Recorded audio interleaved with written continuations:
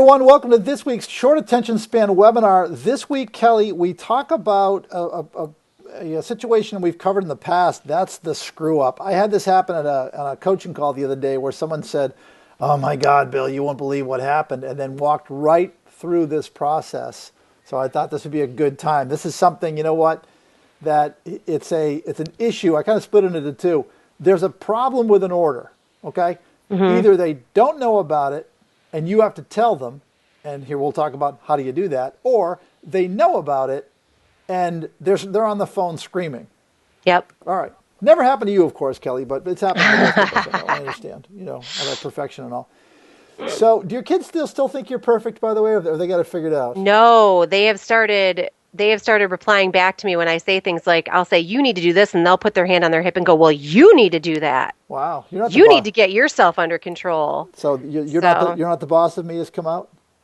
Virtually, yeah. So solution number one is the situation here is they don't know. There's a problem with an order and they don't know. Now, if you call somebody up and you say, Kelly, I get bad news. The job blew up on press. It didn't happen. And the customer says, well, when are you going to have it ready? If you say, I don't know. I mean, it's like the worst thing ever. So I put some stuff down here. Can you think of any other information you want to have besides the reprint time options, things like that? What else do we want to know? I think we need to back up a little bit here because here's what I think a lot of you out there do, and I am going to reach through this computer and grab you by the neck and throttle you. Do not pawn this off on your CSR, your estimator, your plant manager, and say, that's not my problem to deliver bad news. I know a lot of you out there do this because I've seen it. It's your responsibility, and it will be better if you deal with it than to try to delegate this off to somebody else because you don't want to have to deliver the bad news. So yes, being entirely prepared for it. It's late, and here's what we're going to do about it. There's a problem, and we're already on. The best answer possible would be we're already back on press with it. I'm already talking to the owner about what we need to do in terms of bumping the schedule around.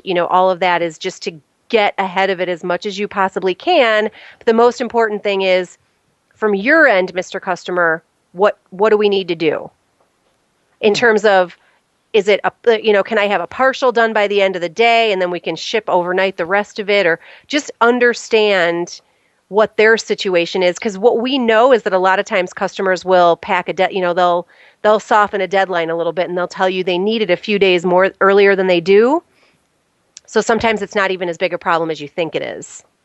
Well, again, so keep in mind here that what do they say? Bad news, it's best to deliver bad news in person.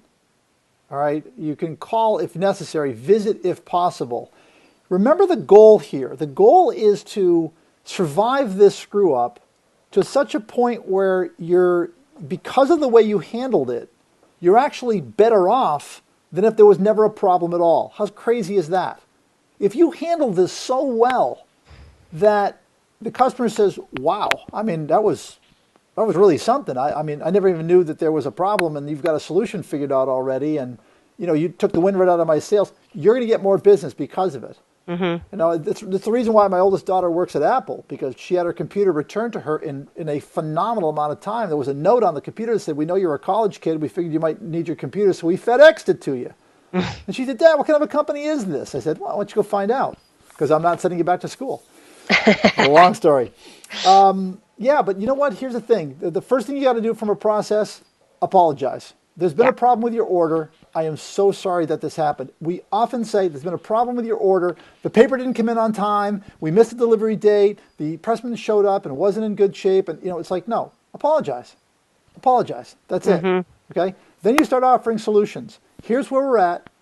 Here's what I can do. And then you ask the question, what are your immediate needs? Okay? And that's a quantity thing, Kelly, right? It's just, if the customer says, well, it's an order for 50,000. Okay, do you need all 50,000? Well, no, I really only need 500 for the show that starts tomorrow. Okay. Right. Okay. We can go for blame later on. Okay? Now, apology for the situation number two. And this is more likely, right? The customer calls and says, Kelly, you screwed the order up. Mm-hmm. You know, what is wrong with you people? And we gave you this, and we trusted you, and everything else. Once again, apologize. We've said in the past, listen, God gave us 2 ears and 1 mouth. And then what? So now it's, I still needed that information. Can I end the call? I think, honestly, in a perfect world, you'd be like, "I'll be right over. I'm coming. I'm coming to look at it right Okay, now." okay. And again, if that's geographically feasible, and again, if this is a customer that means anything to you, it behooves you to get over there and take a look at it. Good In call. addition to the fact that you just need to see it because you need to be able to take it back to the pressman. And this is where, yeah, there's a lot of defensive behavior going on both sides typically. The pressman's going to say it's not our fault because we told them it needed to be short grain paper and they sent over this paper, and there's going to be, very likely accusations thrown around about whose fault it was. Well, they approved it and I told them this. And just try to diffuse all of that as much as you possibly can. And again, get back to the notion of let's solve this and we'll worry about the details later. What a lot of printing companies and what a lot of salespeople out there have to deal with is owners going, I'm not paying for that. That wasn't, that it's their fault, in a lot of fighting like that. Let's just deal with it and we'll deal with the details after we've solved the problem. And try not to get swept up in the emotion of it all. Right. You know, calm, just calm. The customer is going to scream, let him scream. Yeah. All right, Kelly, I heard you. Let me get some options.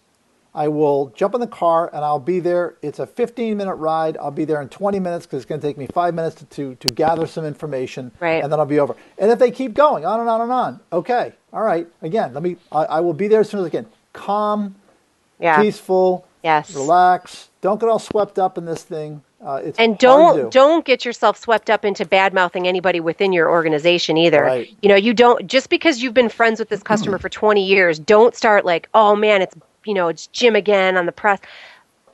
You are still a team and this is your company, and you saying anything bad about anybody you work with makes you look bad too. So do not, as you said, don't get swept up in the drama. Don't get into any negative, finger pointing or, blaming anybody else. Yep. That is not productive. Yep, So and just keep it neutral, and I'm on it. We're solving it. It's going to be okay. the sign of a good company is how they deal with these kinds of issues, and that is a good thing to say to the customer. So, all right, enough on screwing up. Let's move on to another short attention span webinar next week. Thank you, Kelly. Thanks, Bill. And we'll talk to y'all again next week.